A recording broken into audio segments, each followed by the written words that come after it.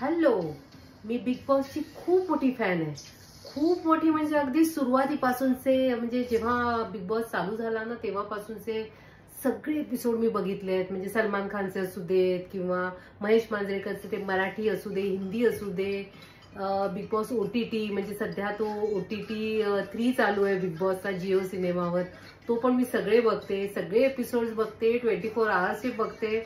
म्हणजे फुल, म्हणजे मी big boss मधलीच झालेली आहे. तर सांगायचं मेन म्हणजे ह्यामुळे ना माझ्या घरात माझे सगळे शत्रू झाले की काय तो एपिसोड बघत असते. एस्पेशली माझी बहीण. मी बिग बॉस बघायला गेले ना की ती कुठून तरी अगदी येते आणि मग कमेंट पास करते, काय तू बघते, काय ते भांडत असतात, काय तुला ते आवडतं, असं असं म्हणजे खूप. आणि मग तिच्या अशा बोलण्यानंतर मग घरचे सगळे माझ्या अगेन्स्ट होतात आणि मग माझ्याशी वाद घालतात.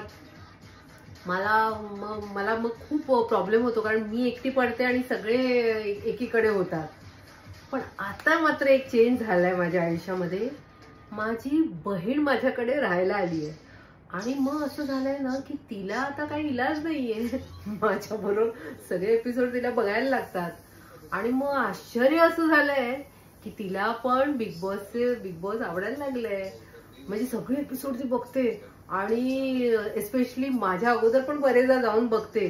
त्यामुळे मला एवढा आनंद झालाय, कारण मला अगदी मनसोक्त आनंद लुटता येतोय. मी सगळे एपिसोड बघते, ती माझ्यावर बघते. आणि एस्पेशली आम्ही बिग बॉस संपल्यानंतर त्याच्यावर सॉलिड डिस्कशन करतो. म्हणजे आता खूप एपिसोड लेटेस्ट झालेत ना, ते विशालचे म्हणा किंवा पायल, कृतिका आणि अरमानचे वगैरे, चंद्रिका, तो कटारिया वगैरे, म्हणजे सगळेच. तर मग आम्ही खूप त्याच्यावर डिस्कशन करतो वगैरे, काय काय, म्हणजे खूप अशी एवढी मजा येते ना मला.